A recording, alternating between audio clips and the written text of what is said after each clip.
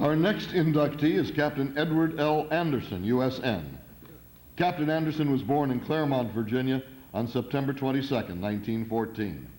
He wanted to go to William and Mary, but costs were excessive, so he took the advice of an uncle who had been in the Navy to try for a political appointment to the Naval Academy. When he didn't receive one, he enlisted in the Navy in 1932. He was finally admitted to the Naval Academy in 1934 after taking a competitive exam. He graduated in the top one-third of his class in 1938. He attended flight school in Pensacola, Florida, and received his gold Naval Aviator wings in March 1941.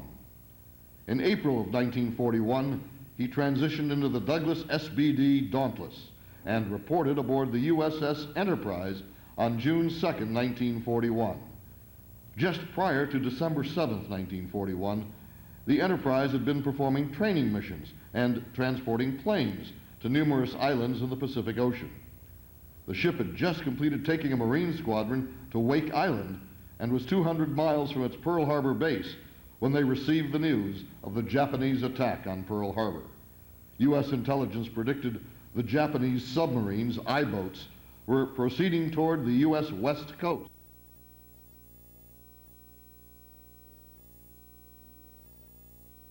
Lieutenant Anderson's report read, "We were scouting 40 miles south of the Enterprise at 300 feet when we sighted the wake made by an enemy submarine.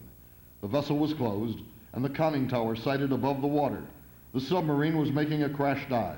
I pulled up to 800 feet over the enemy and released a 1,000-pound bomb, which was seen to explode approximately 50 feet aft and somewhat to the port of the submerging submarine's conning tower. Oil appeared on the water. No further evidence of submarine."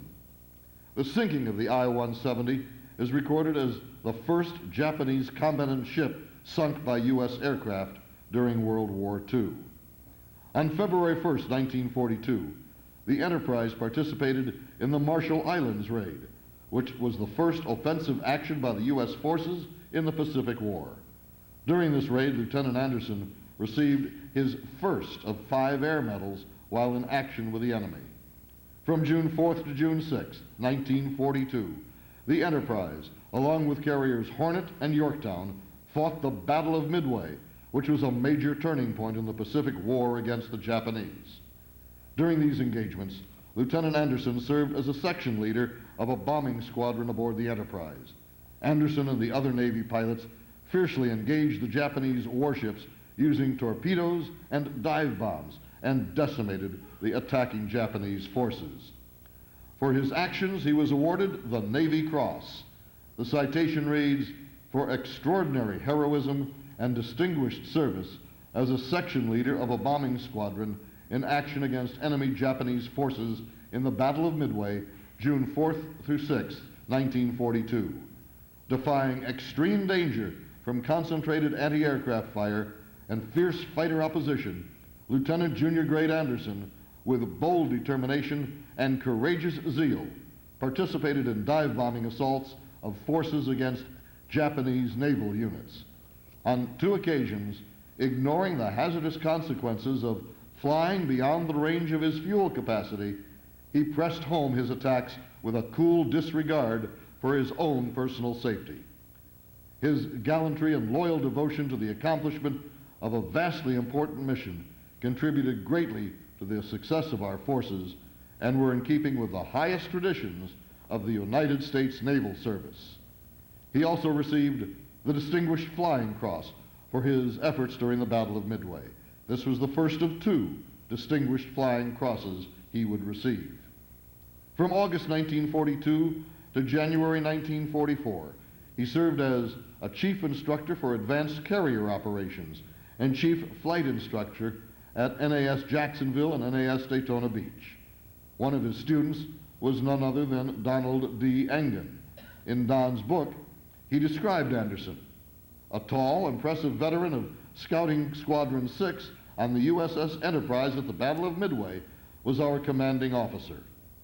From January 1944 to January 1945, he served aboard the USS Ticonderoga.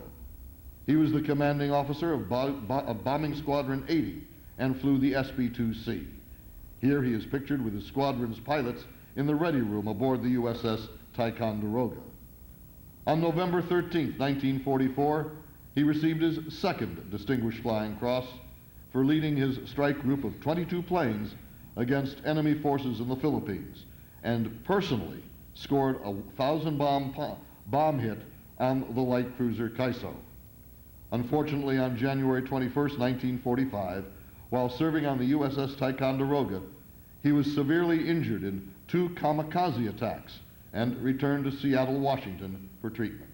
He received a Purple Heart as a result of injuries sustained during these attacks. In October 1949, he reported to the USS Midway as an air officer. In June 1955, he reported to the USS Forrestal, where he served as the executive officer until July 1956. On July 2, 1959, he was given his first command of a surface ship, the USS Onslow, which was a seaplane tender. On June 6, 1961, he was given command of the USS Franklin D. Roosevelt, and on July 1, 1968, he retired from the Navy after a 32-year career. He returned to Claremont, Virginia, and died on February 10, 1998. Captain Edward L. Anderson, USN, is a 2002 Virginia Aviation Hall of Fame member. Accepting for Captain Anderson is John Figg.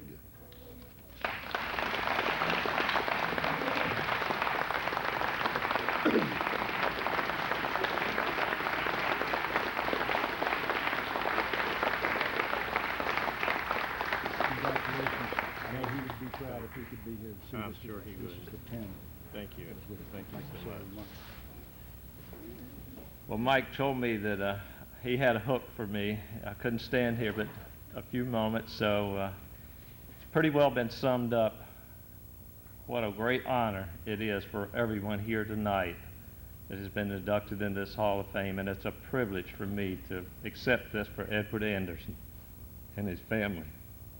Thank you very much.